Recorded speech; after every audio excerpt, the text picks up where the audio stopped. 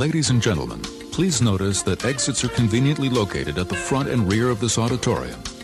When leaving the theater, we suggest that the exit at the front of the auditorium will allow you easier access to the parking areas. Thank you.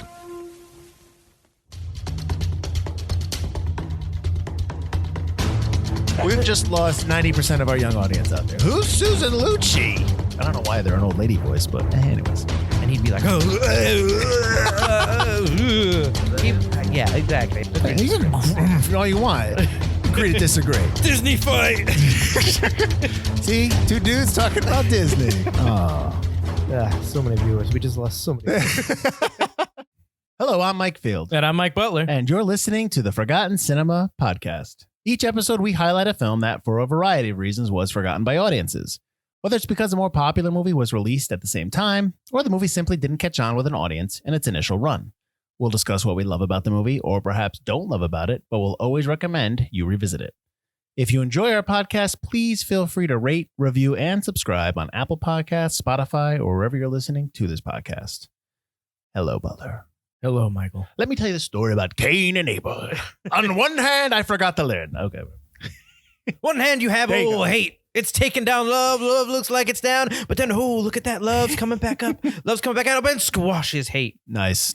If you know... I never heard it told better in my life. You need a man in that house. So if you've heard these lines before, that's right. We're doing The Night of the Hunter, the 1955 movie starring Robert Mitchum, directed by Charles Laughton. But before we get into all that cast and crew, do you want to start off with what it's about? Sure. Let's do that, because let's change it up. So before I go into the nuts and bolts of the movie, Mr. Butler's going to explain to you what The Night of the Hunter is all about. Ooh, I can't wait. So during the Great Depression, Ben Harper kills two men and steals $10,000. Before he's captured by the police, he hides it in his young daughter Pearl's doll and swears that his son John and Pearl never tell anyone, not even their mother Willa, where it's hidden. He also swears that John always keep his sister Pearl safe, no matter how annoying Pearl ends up getting in the movie. She gets annoying. That's not really part of the synopsis. Sorry, that is not part of the synopsis. As Ben is put away in jail, so is self-appointed Reverend Harry Powell. He's sent to prison for 30 days for car theft, even though no one really knows the severity of his real crimes, because he's a serial killer of women who pretty much hates all of them and thinks they're all immoral, baby makers who, if they're not doing that, they're all, skanks and hoes and stuff like that. I don't know if you use skanks and hoes in this not movie. Not back then, yes, but in the 50s. You get the idea, because it's the 30s. The movie takes place in the 30s. Correct. I apologize. He's kind of an anti-Black Widow, I guess. I don't know what you would call the dude version of that. He's a man, Butler, okay? All right. Basically, he woos all these women, these lonely women, and kills them, and taking their money, and then heads to the next town to bring God's wrath and justice to him, and does it again and again and again. Always carrying his trusty switchblade. He hates when people touch. Yeah. As Charles Laughton describes it, he's a diabolical shit. Oh, that's as... No, he describes... No. He describes the character... when they were interviewing people, he describes it as he's a diabolical shit, and Mitchum goes present, like he goes here, like that. Oh, okay, yeah. Okay, I read that. Okay, nice. So Harry and Ben are cellmates in prison, and Harry keeps trying to get Ben to tell him where he hid the $10,000, because I guess Ben's crime is a big deal, so everybody knows about this $10,000. Ben refuses, and he's hung for his crimes. Harry's released after his 30 days are up, and goes to Ben's house, where he tries to seduce Willa to try to find the money. What he finds out basically is that John and Pearl know where the money is. Willa doesn't. He gets sick of Willa and trying to slowly get the information out of him. So he kills Willa, slits her throat, drops her in a river, and tries to threaten the children into telling him where the money is. John and Pearl escape from Harry on a small boat down the river, and basically the rest of the film is John and Pearl on a riverboat trying to make ends meet, trying to live and avoid the wrath of Harry Powell, who goes after them in search of the $10,000. Correct.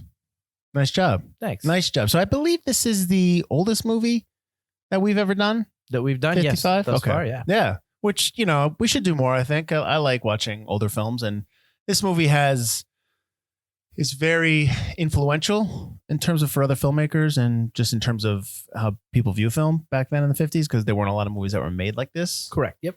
So anyways, Night of the Hunter is rated. It's rated, not rated. So it would probably be PG-13. They don't have a lot of language. They don't really show a lot of the violence. They don't show a lot. I think if you made it now, it might be rated R. I think it has to be R. If you want to make it scary for the people watching it, you have to be R because you're going to have to show them. Oh, no, it'd have to be R. Anyways, runtime of 92 minutes. It has a production budget of, depending upon where you look at it, it's either $600,000 to $795,000. That's what I had read. Yeah. Opening weekend did nothing. They don't have it. These older movies don't have a lot of this stuff. Yeah. The only number I have worldwide is that it did $2,000, which That's what I got.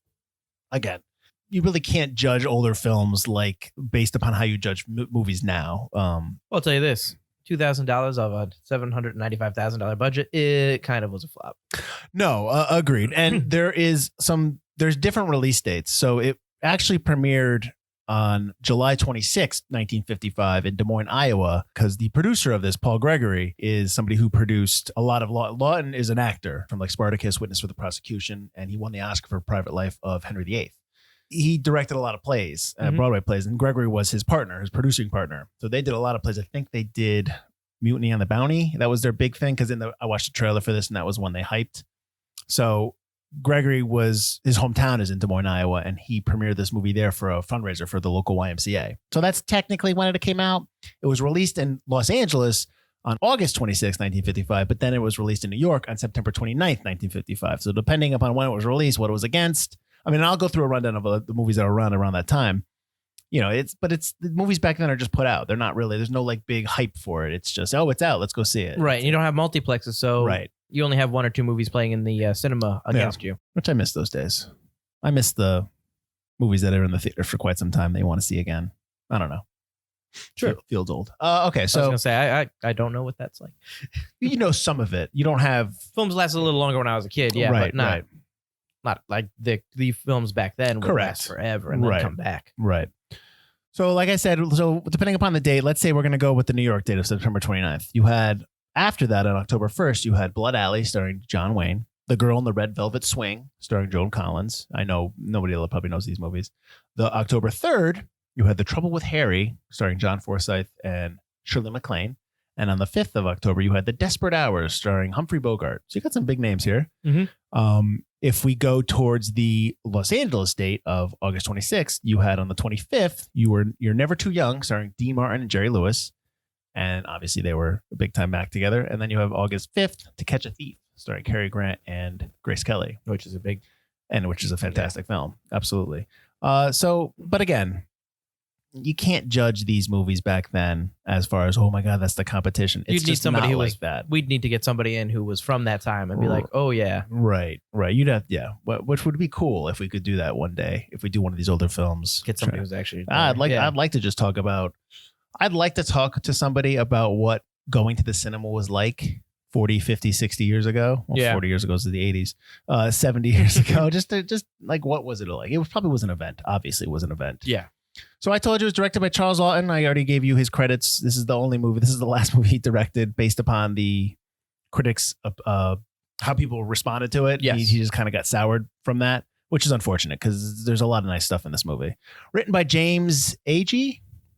Right? You think I said that right? I don't know. Agee. That's how you spell his last name. James Agee wrote The African Queen starring Humphrey Bogart and Katharine Hepburn and All the Way Home. This is based on a novel by Davis Grubb. He's written a bunch of other books. He's also written for the Alfred Hitchcock Hour, the TV show, and he wrote Fool's Parade. Music by Walter Schumann. He did the Dragnet movie, or the Dragnet show, excuse me. Or not the movie. Movie first, show? Whatever. He did Dragnet.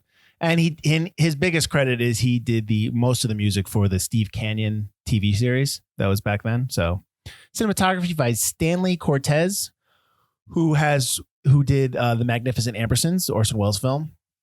Omen 2, Damien, and South Pacific.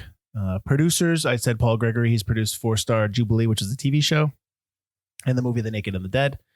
And I decided to drop some editor stuff in here. Edited by Robert Golden, and he edited Bandito and The Whip Hand. I don't know. I just felt like I needed to put the editor in there now, even when I do the crew. I don't know why. I was thinking that actually when I was watching this. Too. Yeah. Like we never show the editor, and we should never talk about it. And we should start, and we have started. Is it because let me ask you this. Is it because the credits are at the beginning of the movie? You think more about the crew that put it together? No, I just always notice it. Where I look it up, I always see the editor. I never do it. And then I'm just like, I really should put the editor in. Because the reason I thought, because I saw it at the beginning instead of like at the end credits, and I was like, oh yeah, we never get the editor We credit. No. And it's always at the I'm end rectifying that. I just did. Good job. Now go back and re-edit all of this. Oh, man. Starring Robert Mitchum as Harry Powell, the hater of women, as Mike called him. Yes. If you don't know who Robert Mitchum is, he's been in Out of the Past, The Longest Day. He was in the movie Cape Fear, but the reason why he's in Cape Fear is that this movie inspired Scorsese a lot for Cape Fear. Not just this movie, but other movies. But Scorsese really likes this movie. I think that's why Mitchum is in Cape Fear. I can see that. And he's also in Scrooge for anyone else. He fires Bill Murray in Scrooged. You know, he's the guy that he kicks the cats. He's the guy that's watching the thing at the end. Yep. Shelley Winters as Willa Harper. Shelley Winters is from The Poseidon Adventure. She won the Oscar for Diary of Anne Frank and The Patch of Blue. Lillian Gish as Rachel Cooper, as Miss Cooper, as she's known here. She was in Birth of a Nation, The Whales of August, and Duel in the Sun. James Gleason as Uncle Bertie. He's from Arsenic and Old Lace, and Here Comes Mr. Jordan. Evelyn Varden as Icy Spoon. I didn't know her name was Icy. She's the old lady who keeps telling Willa to get a man. She's in The Bad Seed, Pinky, and 10,000 Bedrooms. Don Bedeau is Walt Spoon, her husband, from The Best Years of Our Lives and The Narrow Margin. I didn't realize that Peter Graves was Ben Harper until I read it, that it was Ben Harper. You didn't really... I did not put that together. See it on his face? The only thing I put together was that, wow, he's a good-looking convict. Perfect hair. Peter Graves is, I'm hoping you know who Peter Graves is. He's from Airplane, Style Like 17, and the Mission Impossible TV series. Billy Chaplin as John Harper. These are the children. He's from, they didn't really do much after this movie, but he is from Tabor the Great and Violent Saturday. And Sally Jane Bruce, who plays Pearl Harper, who Butler does not like, she's okay. She became a grade school teacher, so clearly she wasn't really into the arts as you were. I know for most of our younger audience, you probably have no idea who these people are. You should know who Robert Mitchum is. Shelley Winters, Lillian Gish, maybe you would know. Peter Graves, definitely you should know. And you should know Charles Laughton, who directed this, because he's a pretty famous actor as well. Yes. All right, so where to start?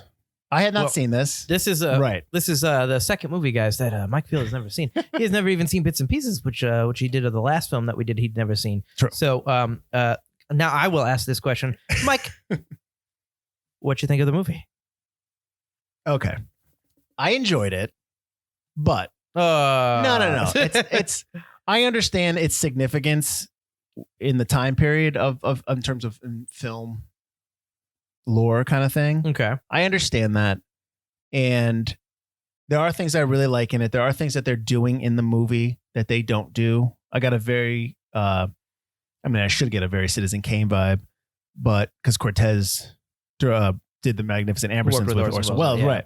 There's a lot of use of light and shadow in this movie, a lot of silhouette shots that I really appreciate. There's a lot of filmmaking stuff in this movie that I enjoyed. Right. But it's a movie of the time, and it's not something that I can, if I watched it again, I guess there's some stuff that I just kind of like, all right. Like the stuff with Spoons, Icy Spoons, always telling her, you need a man in that house. She plays that busybody woman. And that was just kind of like, all right. And the stuff when the children are on the river floating down, I thought that kind of, it felt like two movies. It felt like I enjoyed this stuff. It felt really quick. Like he gets there, he ingratiates himself. Well, the original script was what, 293 pages? Yeah, the 290 page first draft. It's like, holy cow. I don't know. I do like it. I don't know if I'm willing to get on a perch for it and be like, this movie is fantastic. You all need to watch this. I think if people don't see this, I can understand. If people love film, they should watch it just because of what they do in the movie. But I don't know if I can sit here and tell you that, oh my God, this is fantastic. It's a movie from 1955. I get that. And I'm not, and I'm trying to say that I'm not holding my opinion of it should be understood that I understand that this is a movie from the 50s. Anybody who likes film should watch these older films because they inspire all the stuff that comes afterwards. I get that, but that doesn't mean that they're, I understand, every single film back then is fantastic. I mean, this one is, but that's fine. Okay. I mean, you can look back and go like, okay, this lady doesn't like her lines are dumb about, you need a man. That's just the time. I get that. But it's the stuff, the use of the lighting, the use of the sets. Sure. I do like the water sets. I always like water sets. The water sets are impressive. Yeah. I guess Mitchum wanted them to film all on location in the Appalachian Mountains and or locations where it was supposed to take place. And, Laughton was like, no, I want to make it kind of more surreal. I want to use sets. Mm-hmm. And the sets are pretty cool. I mean, they're clearly sets, but There's a lot of conflicting reports in terms of what happened on set, in terms Yes. of Mitchum's behavior and Laughton's behavior, whereas Mitchum has stuff in his memoir about like certain things, and then that's disproved. But then there's stuff about Laughton and how he's yelling at the actors and actresses, but that's disproved. So I don't know what to believe. Well, it seems like from what I can see, Laughton wasn't a big, like he was great with the actors, but he was not great with the children, especially Pearl, I heard that. because it was tough to direct her. And he just, as a first-time director, he was not very, it was his first film, he did a lot of stage stuff, but he wasn't big on that. So Mitchum, where I read and what's kind of seems to be everybody agrees on is Mitchum kind of directed the children. That's what I read because too. he was a little bit better with them. But I heard that was proven false. Like a lot of the stuff in his memoirs is proven to be false. Like people said, like, no, that's not what happened. I don't know that he was great with the actors. Just not the children. Just not the children. Like Lillian Gish said that there was never a better director because he was so new at film. He would really listen to any input somebody had, and he was really willing to try anything. Well, just when it came to the kids, he was, kind of a blowhard. Just kind of, well, kids. I can't do this. Kids are tough. Yeah, I get that. I can see Pearl being tough. Pearl's really young though, so it's kind of. Yeah, I mean, you can't really have her do a lot. You can't expect her to do a lot in terms of emoting. You just have to kind of keep it simple for her. Yeah.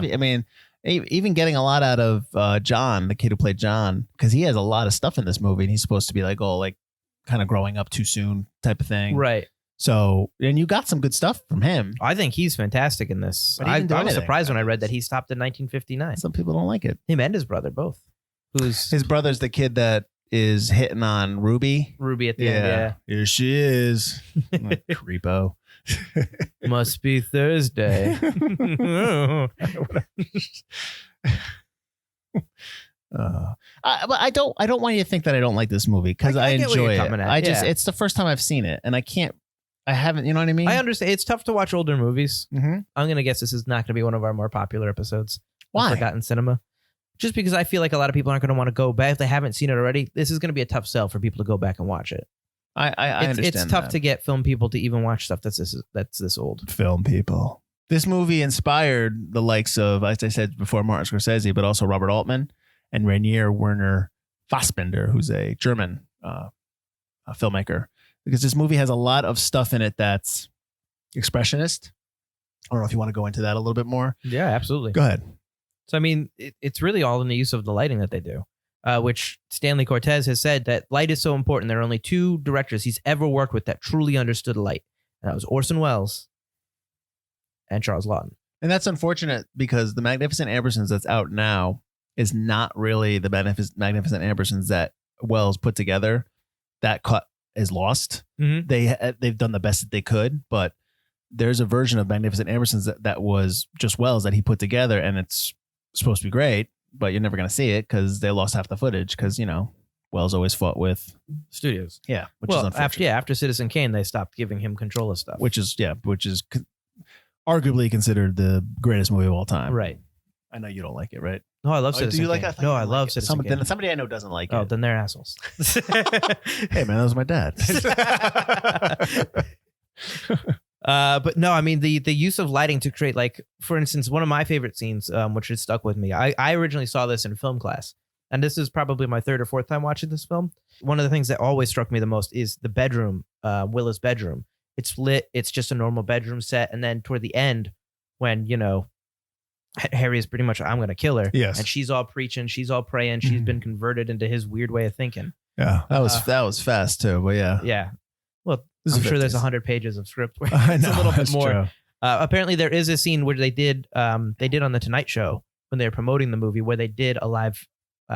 See, a and live play I version read of that it. he didn't like her. I read that Mitchum didn't like He Winters. didn't like her. Yeah. That's why he read in his book that he was like, the only thing she'd be good for is floating in that river with the slit in her throat. Which we'll get to that. See that image. yeah. But again, I also read that he was drunk and on drugs half the time during this movie. Mitchum. Mitchum, yeah, he's famous for that. So again, what do you believe? I believe that he hated her. I don't believe that she deserved the hate that she got. Well, she has a quote that I wrote down that she says that this is her talking about her own performance, that this is, quote, the most thoughtful and reserved performance I've ever gave. It's like, that's modest. I mean, I get that, but like, do you really need to say that? I mean, the Mitchum also loves, this is his favorite role It too. is. But again, he put that in his memoir. If that's proven false, can we really believe that? I believe that he can say it's his favorite. I know it's Laughton's favorite. But I guess they both did the live show, which apparently was terrible because he was so nervous he got drunk and she was just nervous and had stage fright. So they reenacted this live version of the scene and it was terrible. But apparently it's a deleted scene where they're going out to dinner. In that bustling town that she lives in. Yeah, in the Great Depression, man. I always wanted to go. I always wanted them to go into the Cineplex. I was like, oh, I want to see what that looks like because it's so small. 4 seats. It's probably just benches, like 2 or 3 benches, and then just probably, like a drape. It's probably just converted from the old Wild West kind of ones. Right. But going back to the bedroom, so she's converted, and all of a sudden the lighting is such that the entire bedroom becomes a steeple, and you almost see it like it's a stage set, and it's lit with these high arches and these really harsh shadows as she's on one side in the bed and Harry's on the other side, almost praying to the light in the window. And then when he decides he's going to kill her, he brings down the light and goes to murder her. It's very expressionist. It's very, I guess the whole movie's described as Brechtian, which it definitely is. And he goes to kill her, and it's just really, it's exactly what you'd see in a stage play, which is why a lot of people compare this. And Laughton wanted to do it as like a kind of messed up, grown up fairy tale, which in a lot of ways it kind of is. That's a lot of blood to clean up too, and nobody knowing what you're doing. He probably locked the kids aren't there, and everybody just believed him. No one's really questioning this dude. I know. A little suspicious. Well, there's also speaking about lights and shadow. There's a couple shots that him on the ridge. When he comes over the ridge, they don't stay with it, but when he comes over the ridge, he's silhouetted looking for the kids when they're escaping into the boat. Oh, and yep. And then he kind of starts cutting his way through the wooded area to get to them. When John's in the barn, and when they stop to sleep in the barn, and then they see him walking across, and that's he's in shadow, but then also John's in shadow looking at him. That was nice. Even going up to the barn in the house when the woman's singing. That's all lit nice. That's all. Yep. I got a very like Warhorse vibe from Spielberg, which I know he got that from Gone with the Wind, but that's the style, like that kind of look. Did you notice the barn set is done like almost false perspective, like it's pretty much flat. Yes, and it's done to give it like almost Tim Burton-esque edges. Well, he shot a lot in false perspective in this, yeah. And I love that scene when he's coming across the barn. He's looking at it, goes, "Does this guy ever sleep?" Yeah, exactly. Speaking of false perspective, the part when he's riding on the horse, and I think it's one of the wide shots. I think when they're in the distance, like it's actually not him. It's a little person on top of a pony. Yeah, I did read that. Yeah. Yeah. So I read that too. So there's a lot of little tricks they did to make it kind of seem a little bit bigger than it was, or grandiose in terms of, like we said, false perspective, that kind of thing. Yeah. So yeah, I will say this: in the beginning of the movie, when the kids are floating heads, those kids are weird. That's weird looking. It's a weird choice. It's actually, I know it's supposed. AG wanted to use that. He actually wanted that in the end, and they put it to the beginning. It gives it more of a storybook feel, I guess. It kind of reminded me of It's a Wonderful Life. Yeah, which kind of gives you the wrong idea. Yeah, but I get why you do that. Maybe if you want to trick people into thinking that it's, like you said, like a messed up fairy tale. It starts off all nice. Maybe they're trying to trick you a little, which is nice because then you immediately go into that shot of the legs in the basement of the woman, the first murdered woman. Right. Which I both like and don't like the helicopter pan over shot. It's of the shaky town as heck because it's so shaky. But it's like at the same time, I don't remember ever seeing that in a film this old. The helicopter shot, kind of like that's probably one of the first ones. Yeah, so maybe it's like at this one time I'm like, I don't know if I would have put that in there, but they probably spent a lot of money to do that. The helicopter shot, yeah, oh no doubt. But yeah, it was very very shaky. So when they cut to Ben Harper getting arrested because he robbed the bank or something, right? He robbed the bank. I assume he robs a bank. Where is he going to get $10,000? Right, which is equal to about $192,500 in today's money. I always like to do that. That's fine. Like that. A lot of money. Yep. He goes to prison. That's where he meets Harry Powell. Yep. And then he puts a sock in his mouth. What is that? It's because he doesn't want it, because he was talking in his sleep. Gotcha. So he doesn't want to continue to talk in his sleep. Gotcha. Okay. Which is another shot I love, which I guess was Mitchum's idea. When the shot is him hanging upside down on the bed and gets punched in the face. Yeah. That was originally not written like that. They were just talking. And he liked the idea of being upside down in the bunk, talking to him all like stupid and friendly like. Yeah. And then Ben just knowing the kind of man that Harry really is. Right. So I always really like that. I actually started laughing. Every time I see it, I laugh when he punches him in the face. Ben got hung for stealing money? Well, he got hung for killing 2 men. Is that what it was? Okay. He killed 2 men and stole $10,000. My bad. I should pay attention more. I think basically the way it's kind of, they don't really say it, but they kind of say it offhand, is if he told them where the money was, he probably would have gotten a reduced sentence. Right. But he never told. Well, they never benefited from the money, or did they? The kids, I think they do. Look at that Christmas time they had with all the presents they were walking around with, all the nice new winter clothes they were wearing. But But at the end of the movie, when John kind of has a flashback to seeing his own father arrested in front of him because he sees Powell arrested in front of him, and he just grabs because the money's hidden in the doll, grabs the doll. Take it. And the money's flying everywhere. You don't think the cops are like, what's going on here? I think at that point it's like, which I do like the line at the end when Miss Cooper turns basically as an aside, talks about how they, children they abide, they will endure, that kind of line. Lord save little children. You'd think the world would be ashamed to name such a day as Christmas for one of them and then go on in the same old way. My soul is humble when I see the way little ones accept their lot. Lord save little children. The wind blows and the rains are cold, yet they abide. But it's like John's gonna have some serious issues going forward because John's got a lot to get over. Because John still, even Pearl, there's still some kind of affinity to Powell being their father in some way. Because when he first comes back to when he goes to the Cooper house, Pearl goes right to him to hug him. Pearl doesn't know. Yeah, I get that. But you think she would know because he yelled at her. He threatened to rip her arm off. Well, I think that goes along with, which now that you say that, I hated Ruby's character. I hated how drawn she was to Harry, even after she knew that Harry killed Willa and was trying to kill the kids and was trying to kill all of them in the house and yet was still like into him.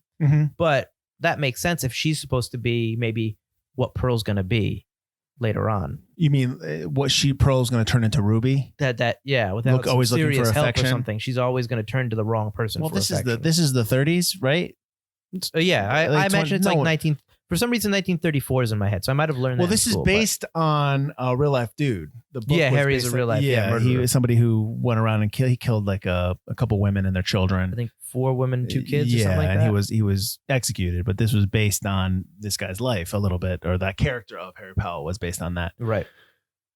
This is the 30s. They're not getting help. They're just gonna. Well, I meant like affection and like motherhood from like advice and help from Rachel, which she never really gave up on the kids, which is nice. She never really, like she said, like, you're gonna hit me, and she's like, when have I ever? Like, she's Miss Cooper. She picks up the strays that she's a good person. Well, you have that one scene when they're in downtown and the mother comes over and she says, "I'll see you Sunday," and she tells her, "I'm going to bring you something." She doesn't need that. You just be there on Sunday. Yeah, it's like these women can't take care of the children, so Miss Cooper just takes care of them for the children's sake. Yes, right. So it's like kind of like her own orphanage, but it's just what it is what it is. Yeah, which is it's the Depression, so that's what happened. People couldn't. Yeah, it's like when they go to the side and the kids are asking the one lady for potatoes. You help out when you can because some of these kids don't have anything. Yeah, it's hard living back then. I can't imagine living in the Great Depression. Me neither, and I don't want to. So yeah, I agreed. Yep. I did like the line when Cooper's looking at the bunny. The bunny gets obviously eaten by the owl, which that bunny's big. I don't know if that owl's really grabbing that bunny. But first of all, that owl has a wire around its neck. That owl is clearly dragged off the branch. Yeah, I know. It's a hard world for little things. I like that line. That is a good line. It is a good line. I also like right after that when she's singing, or when the preacher's singing, when Harry's singing, and then she starts filling in the other verse. Yeah. So it's like they're both about to kill each, like about getting ready for this fight, but they're both singing their song. I thought that was really good. And I like that he's in light and she's in shadow.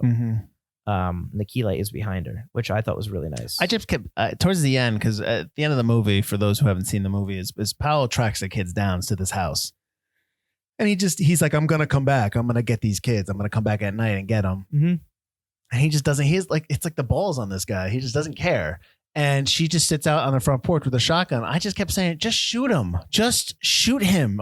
Just shoot him in the front lawn. Who cares? But anyway, she's a good person. So there's no way to. That's what I was thinking the same thing. He just get over that fence. Then she's got a right to shoot you on her property. Yeah. But he was on her property. Yeah. He was over the fence. And I was like, well, that's all her property because the barn is hers. That's true too, yeah. So as soon as he walks down that road, that's hers. I do like that she doesn't fall for his shtick like everybody else did. Right. She's probably one of the first people to do it. Yeah. And John's smiling because he can see that she doesn't believe him. Is that your dad? Why are you behaving for your dad? He ain't my dad. And he ain't no preacher either. She runs to get the shotgun. She's poking him in the back with it. I'm like, yeah, get him. What's wrong, John? Come to me, boy. What's wrong, John? Didn't you hear me, boy? John, when your dad says come, you should mind him. He ain't my dad. No, and he ain't no preacher neither. When he gets shot and he's shot in the arm, I guess. Oh, I know what you're gonna. What is he wearing when he comes out of the He's barn? wearing a fake arm. Why? And it's so stupid. I have no idea. I don't get it. Because you can clearly see the blood on the side of his arm, And which is all you need. Right. But he's wearing a fake arm that's dangling around like Frankenstein. I don't understand that. I don't understand either. That was the first time I've noticed it when watching the movie. I was like, what? I also didn't get his scream, which is both hilarious and terrifying at the same time when he gets shot. It's almost a canned screen that they did, in the booth somewhere. I'm inserting the scream in here right now. I'm giving you to the count of 3 to get out of here. Then I'm coming across the kitchen shooting you.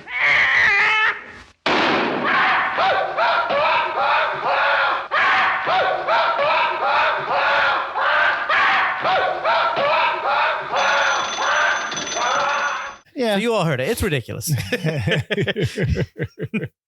Oh, I'm sorry. I didn't know you were doing that. It is ridiculous. So let's talk about the underwater scene. Okay. So that's actually not shot by Cortez. I know. Yeah. And I was like, come on, man. So that was shot by Hilliard Brown, the art director. And when he kills Willa, the kid's mother, that night he kills her, and then you hear the kids are in bed and they hear like the car. You hear the car running, and what Powell does is basically push the car into the water, and it sinks. And it's like it does a terrible job hiding it. Number one, because you can see it. They have a shot of somebody's fishing, and it hooks onto the car, and you just see the car, and you see it's not Shelley Winters. It's a model of Shelley Winters, a doll, and she's tied up. She's strapped down to the passenger seat of the car, and I think you see the gash in her throat. You do see, yeah. And she's just floating. She's just there dying. And Uncle Bertie's the one that finds her, who's their lovable drunk uncle. And he for some reason thinks that he's going to be blamed for it, which makes no sense. This is the town drunk and a recluse, and Harry's loved. I guess. And he gets drunk, and that's because the kids go to him, help us, and he's passed out, so they just leave him. Well, the whole point is that the kids have no one to turn to. Correct. That adults are almost the detriment of children. Mm-hmm. You know. Well, yeah, the adults are. Adults are the villain in this story, other than Rachel, who's finally the one adult they can trust. Miss Cooper, Butler. Miss Cooper. Have some respect for Miss For some Cooper. reason, where I was looking, the only credit she had on her name was Rachel. It didn't say Rachel Cooper. So Well, they kept saying Miss Cooper. I Miss know, Cooper. but I forgot. I thought they were saying Miss Hooper, and I was like, hang with Miss Hooper, which would have been better. Well, the underwater shot's really nice, though. It is. No, it's great. It could have been so like back then. Underwater filming probably wasn't that easy. Oh no. So I wonder if that's the special effects photography that they list in the beginning credits. I didn't look at the names. Definitely underwater because it's shot at a studio pool. Oh yeah, they say how they shot it. One guy had the camera was on a wire. The guy held it down, so the camera's being held down by the cameraman and up by the wire to keep it from floating and bobbing too much. While the other guy was in a scuba suit, a weighted scuba suit. No, it's a great shot, and it's haunting. It's very haunting. Yes. This is also the second film ever to use an iris shot, the iris close shot, when they're Harry's going back in looking for the kids, and they close in the iris on John and Pearl. Well, that's part and parcel with that. Laughton wanted to bring the idea or the feeling of silent movies to talkies, as he calls it, because these were talkies now. Yeah, and so he still wanted to use the elements of silent films, because in silent films you need your visual is much more important, obviously, than what people are saying, because you can't hear them, but you need to express what people are saying visually, or what the situation is, or the tension, or the comedy, or whatever, the drama. Right. You need to show it visually. So they wanted to kind of use that to kind of connect the two film styles. And I think they do it successfully, because I think you can watch this movie with the sound off and you get a pretty good idea of what's going on no matter what. And I think that also talks about like why John, obviously he's stunted, he's gone through a lot, which is also probably why he's quiet all the time. But because he's quiet all the time, you don't need him to talk, almost like a silent film star. You get a lot of emotion from this kid in his expressions, both his eyes and his face. Which makes sense with what they were trying to do. Now, did you know that Spike Lee uses the speech from Powell almost verbatim and Do the Right Thing? Oh yeah. Yeah, I thought that was great. I didn't know. I saw Do the Right Thing first before I saw Night of the Hunter. Okay. So when I saw Night of the Hunter, I was like, oh crap, and I had to look it up, and I was like, oh okay, cool. Now watch and I'll show you the story of life. These fingers, dear hearts, is always a warring and a tugging one against the other. Now watch 'em. Old brother left hand hates a fighting, and it looks like love's a goner. But wait a minute. Hot dog loves a winning. Yes, sirree. It's love that won, and old left hand hate is down for the count. It's like I said, this movie inspired a lot of filmmakers, and I'm sure obviously he probably watched it in film school, just like you did. Yeah, no, absolutely. What I think is interesting is all these film tricks and all these techniques that Laughton created on his first film are so influential to all these films going forward. But when it was reviewed, people called it experimental. Mm-hmm. They called it too new age, too new, too weird, too obscure. And all these things are being used in every film now. Mm-hmm. And it's like, this was the start of it, and you guys hated it then, and now it's lauded as, a lot of people have them as their top 10 list. There's a famous French cinema magazine, I guess, that put it number 2 behind Citizen Kane. Sure. It's on like AFI's top 100. I get that. I mean, like I said, I understand its importance, and quite honestly, this should just tell you, don't listen to critics. Right. Critics are great. They're fine. But like, they're not the end all be all of what is great cinema. It's really frustrating when I have to read certain critics and they're just ripping movies and it's just like, you clearly don't understand what they're trying to do here, and it didn't speak to you, but like, don't shade it for everybody else. I think when something doesn't work, it doesn't work, but if it just doesn't work for you, you can't use that as a knocking point. You should be able to watch a film or cinema, even modern day cinema or even movies from back then, that you may not like it, or you may not be like into it, like it's okay, but you can still respect that that's a nice shot. There's a lot going into this. Right. Like, you could still respect that stuff. And like I tell you all the time, like, I don't just, every bad movie still has really good stuff in it. Absolutely. And like, for instance, like a good example is and I've said it before on this podcast, I really don't like American Beauty at all. But I absolutely understand why other people love American Beauty. I can appreciate I like American Beauty. That it's superbly directed and well acted. It's just not a movie for me. Mm-hmm. But I would never say that it's a bad movie. When is the last time you watched American Beauty? 11 years ago. You're really gonna keep all that in there during the? No, I'll cut it out. 11 years ago. So you were? I was in college. See, you should. I watched it again. You really should. Made to watch it. You really should watch it again, because your perspective in life has changed. You want me to watch it a third time? Yes, I want. It's a really good movie. It's really. The most tragic character in that movie is Chris Cooper's character, the father. Yes. Of West.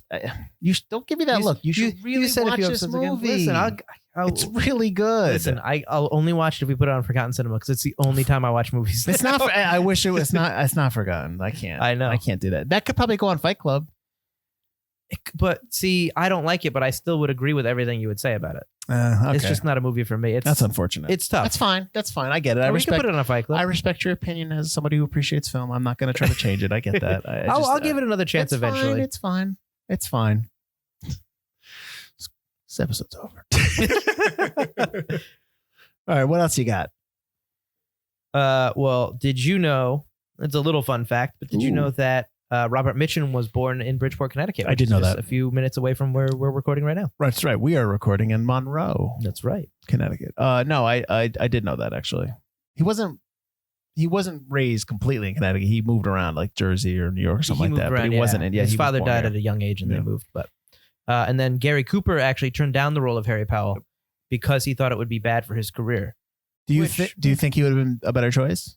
I think Robert Mitchum. This is his best performance. I think Robert Mitchum does a fantastic job. I don't think Gary Cooper, because he's already nervous about maybe affecting his career, I think he would play him a different way. I don't think he'd have been as brave with being such a awful, diabolical shit, as it were. And I think Robert Mitchum has the attitude, which is why a lot of people like him, is that he doesn't care. He was a big-time star that did not care about being a big-time star. He would do any movie that he thought was interesting. He liked, yeah. And he definitely liked this role and played it very well. Do you think that mentality, that idea of an actor doing a role back then, how it affects how people think. I think that's real back then because it. Absolutely, yeah. Do you think that's the same now? No, not as much. Okay. I think you can just do brave choices, and people realize now that you're just making brave choices, or you're trying to branch out. I mean, I think let's say Tom Cruise was from the 30s. He wouldn't do Vincent from Collateral because it would affect his career. All of a sudden, he'd go from this hero character playing this villain, and no one would be like, nah, ugh, no. Mm-hmm. Whereas now, people are like, oh, that's cool. He's trying something new. I think that very much would shade somebody's career, but because Robert Mitchum was already kind of like the bad boy, and even though he always played heroes, I think the fact that, you know, he was arrested in the 40s for smoking weed already gave him such a bad boy attitude anyway. And like I said, he already picked movies that just he did for whatever reason, that I think he was the best choice for this role.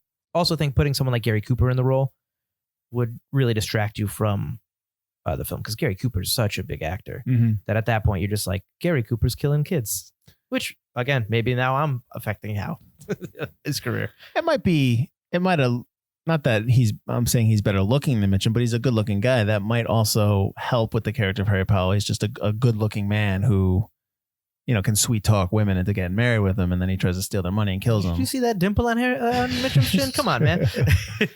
You see his hat? That's one sexy hat. That's true. I couldn't get a look. I can't stop looking from it. Like he keeps making holes in his jacket every time he puts the switchblade out when to stab a girl. Yeah, because he gets angry. Yeah. He gets mad. At the end of the movie, when there's just a great uproar in the town area. Yeah. I just didn't get it. And they were yelling Bluebeard because that's like a Bluebeard's a French folktale about a man who marries women and then kills them. So that's why they're yelling Bluebeard, for those who don't know. But the Spoons are there leading the charge, and they're like drunk. I think they're drunk. And then like they're Miss Cooper's with the kids, and they're all eating, and they busted. There they are. Like they're mad at them or something. They run out, and next thing you know, they're pulling chairs and breaking the glass of that room. I don't know what the heck is going on. It's a mob, obviously, but I don't understand why they're just mob mentality. I think maybe in the 30s they just need something to rebel against. They have such crappy lives. Yeah. But yeah, I felt bad for like that diner. I was like, damn, they just wanted to get lunch, and because they let them eat lunch, their restaurant was. And then Ruby is still pining over Powell. I thought that was a little. At that point, I was like, Ruby, you got to get the hell out of here. You got problems, girl. Girl, I know you think he's bad, but I don't think he's bad. He's bad. I'll buy you a freaking ice cream. Shut up. And then they wrap around the executioner who, remember, he executes the guy, he goes home, washes his hands, sees his kids, and then you never see him again. And then all of a sudden he pops up at the end like, got another one for you, Bill, or whatever his name is. I'll be glad to do this one. Yeah. Why? Like I said, maybe the script, like you talked about how it was 293 pages. Maybe there was some stuff in there that we're missing out on. Yeah. And you kind of got the fact that he doesn't like doing what he does, but because, you know, Ben wasn't like the worst guy and he had kids and a family, but, you know, clearly Harry is the worst guy. So, I mean, so talking it out with you here, I think I kind of get a sense of why maybe I didn't fall in love with this movie as much as everyone, like as much as you love the movie. I think visually, I think it's got a lot of awesome stuff in there. I think some of the performances are really good. I'd probably have it feels like a chopped up script sometimes. I think maybe that's probably why I couldn't really get into it a little bit. Yeah, it could be a little longer. Yeah, that's all. I think that's probably why I'm not really like reacting to it in a sense as everyone else does. Yeah, I get your it's definitely three movies in one. It's definitely you focus a lot on their hometown, and then you go into the riverboat stuff, which isn't probably as long as it is in the novel, because I feel like in the novel, if you really want to go for that fairy tale feel, you got to do a little bit more. I mean, they really go with those animal scenes, the lullaby, the song that Pearl sings. You get they go by the turtle, and he goes, I hear they make good soup, but I wouldn't know how to crack one open. And it's just like, oh, all right. Let's go get a potato. Instead, eat it whole. All right. So why do you think that this is a forgotten cinema flick? I mean, I'm sure it's easy to figure that out, but it's old, Mike. I've got to ask that question. It's old. It's also, I mean, I learned about it in film class and then I've watched it since, but I think because it wasn't lauded back in its day, and it got the recognition as it went on later on in the 70s and 80s and 90s. Now it's a classic. I mean, it took until 1992 for the United States Library of Congress to deem Night of the Hunter to be culturally, historically, or aesthetically significant, and put it in brought it up for film preservation in the National Film Registry. Which it is, absolutely. But it took that long to do it, and it's like people people that loved film were already borrowing from it and taking from it and learning from it. Mm-hmm. But in terms of the mass audience, you know, you Mm-hmm. hear Citizen Kane all the time, you hear Casablanca all the time, which are fantastic films. Mm-hmm. But you don't hear, you know, Night of the Hunter spoken that often, even though in a lot of modern film critics and filmmaker talk, and even back then, the filmmakers at least all agreed it was incredibly influential and incredibly brave and cinematic and just great. Is it not hip you think it's not hip for people to say, oh, Night of the Hunter is an influence for like young filmmakers? Do you think they're showing this movie in NYU right now? I watched it in film class at Hofstra. Yeah, but you watched it in film class in Hofstra 15 years ago, right? I'm saying 10 now. years. Yeah, I'm saying like now. 13 Are years. they showing this movie now to people? Or are they showing basically... I would hope so. There's so much camera-wise that you learn from this movie that's so important. Mhm. But Night of the Hunter is so influential that I would hope that people are still watching it. But I do think it's not hip to like Night of the Hunter. I believe it. I can see that. There's a lot of the filmmakers, like you say, oh, Quentin Tarantino. Which I like yeah. Tarantino, but I hear you. And stuff like that. And they don't want to go further back. Like there are so many people we know that go, oh, I don't watch films I past know. this. And like, It's unfortunate. they just can't sit through an old black and white movie because they are a little slower. They're a little different. They're filmed. They're slow. You can't view But movies... it's tough to, Yeah, you can't view movies back then through the lens of cinema now. You can't. You have to understand the time period. You have to, honestly, you have to watch those movies and then you have to kind of read about them and kind of see what actually how they were received and what people thought of them, people that you like as a filmmaker in terms of like Scorsese or Tarantino. Absolutely. You need to understand, you know, what these movies meant to people to understand their influence. And Right. it doesn't mean you need to like them after that, but just respect it. Absolutely. And I think another part of it is you have to know how much work went into making even the simplest of scenes back then. Right. You know, a lot of times we take advantage of, let's shoot. And it's lit and you can see. Mhm. Well, guess what? On those old cameras, and I had to film a couple of films on those old cameras, and I know you did as well. Oh, yeah. Yeah. Guess what? If you don't have that light meter like perfect, Mm-hmm. you're not getting your shot. If you want to get something at like dusk or twilight, you have 2 minutes to shoot it because after that, you can't film anymore. There is a lot of, that's one of the great things about digital and one of the great things about a lot of the editing software that you out there, like we use Adobe Premiere Pro for our commercials, Yeah. is that you're able to correct some mistakes. You're able to, like I tell you, like if it's too bright, don't worry, I can bring it down, like Yep. stuff like that. Recolorize. stuff And that's like that. great. That's fantastic. But you are losing the art of lighting when you don't, you can't make mistakes and you have to, like I shot on 16 millimeter war cameras that have cast iron cases and you need to, like you said, you need to get that light right or it's going to look like crap. Yeah. And I don't know if I had cameras that old, but yeah, I had the 16 these cameras that millimeter were old. Oof. metal cameras. I didn't own this camera. This is when I No, yeah, they when I lend was them school. out. Right. But then you got to go and you got to get your reel developed Mhm. from New York, Mm-hmm. or at least I had to do it in New York. I'm sure in LA, Yeah. there's a place in LA, but you can't watch your dailies right away. You can't go, Right. oh, how does that look? Guess what? You better hope it was good, or you better hope the camera guy behind the camera goes, yeah, sure. Or films enough takes, brings it to New York, Mm-hmm. develops the film. 3 weeks later, you're going to see what worked and what didn't. Like, and listen, I don't want to go back to that. I'm where we are now. No. It's good. It's just, it's a lot more. There's definitely art in shooting it now. Absolutely. There's definitely an artistic way to do it. But back then it's some high quality art going on back then. Exactly. But that's why you got to appreciate, like, you know, yeah, the edits might not be as fancy or slick, but Mhm. those edits still take a lot of time and a lot of effort. Absolutely. And sound's not attached to those film reels. So you got to sound right afterward. That is very, very, very true. All right, cool. So I think we're good. I'm glad we did an older film. I think that would works. listen. I know that I know that if we just did older films, we probably would lose a lot of viewers, and that's fine. I get that, but I It's not would fine to lose viewers, man. I would, but I would love to just watch older films and talk about them, and that would be fine with me because I don't mind watching them. I don't mind finding out about their influence, and there's a lot of great stuff back then that you don't think of, like even like when you watch movies now, like Cape Fear. Mhm. When people watch Cape Fear and they're like, oh, I love Cape Fear, but you don't you want to watch the movies that inspired that so you can see kind of where they got it from? Yeah. And then that just gives you more respect for the filmmaker that did that and the movies back then, and how Charles Laughton did this film that is so cherished by a lot of filmmakers. And then he stopped because nobody liked the movie. Can you imagine if this movie was at least a little bit more of a hit or a critical darling, that Laughton would have went on and done a lot of other, he was going to do The Naked and the Dead and he didn't do it. Yeah, he could have done some amazing pictures. Right. Yeah. And he went back to Broadway. He went back to stage, went back to acting. It's like, just to think what you missed out on. Which is too bad. I don't know.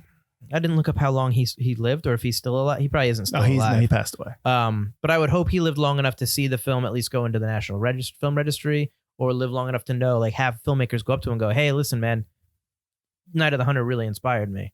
Because that sucks to think that you made this amazing film that just was not respected, and now is highly respected. Well, he passed away in 1962, so he has no idea. Oh, that's too bad. Yeah. So he died thinking it was a failure.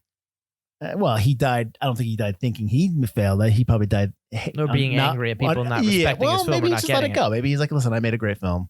And I doubt it, because it's like he left Hollywood and said, nah, screw it.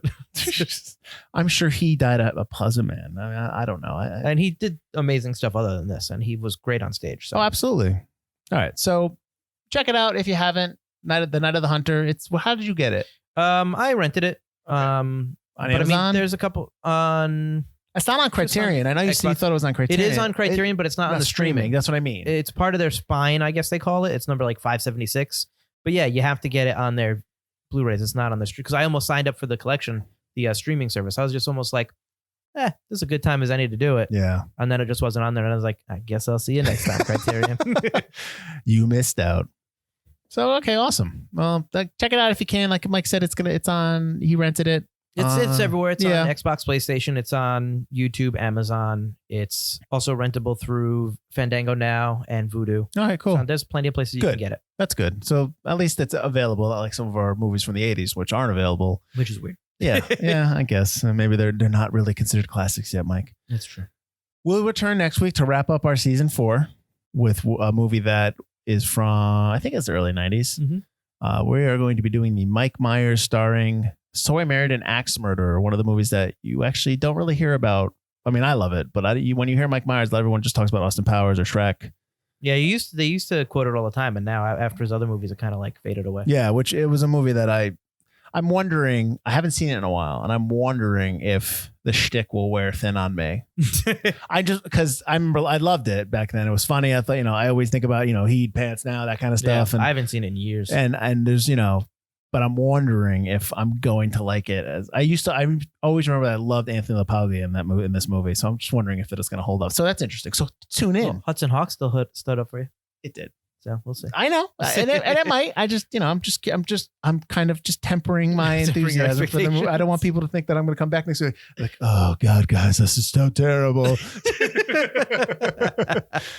But thanks for listening, and as always, feel free to suggest any movies you want. If you, we're going to be starting. We'll announce it. I would say next week, but at some point we're going to announce the season 5 lineup. I would say that by the time that they're listening to this, we've already. Okay. So you already know that we're doing a full season of suggestions.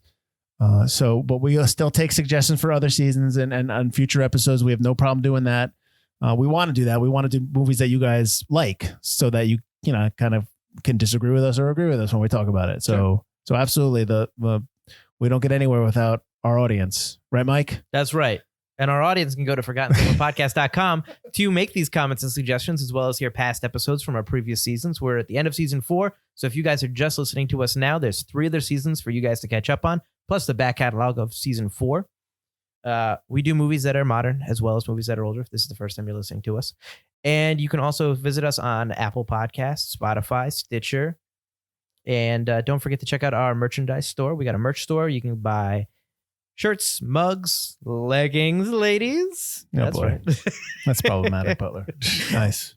Quality. All right, everyone. Thank you. I am Mike Field. And I am Mike Butler. You don't need to do it like that. You did it like that. Because I was pausing. Well, it sounded like you were doing a shtick. Well, you know what? This is Forgotten Cinema. Thanks for listening.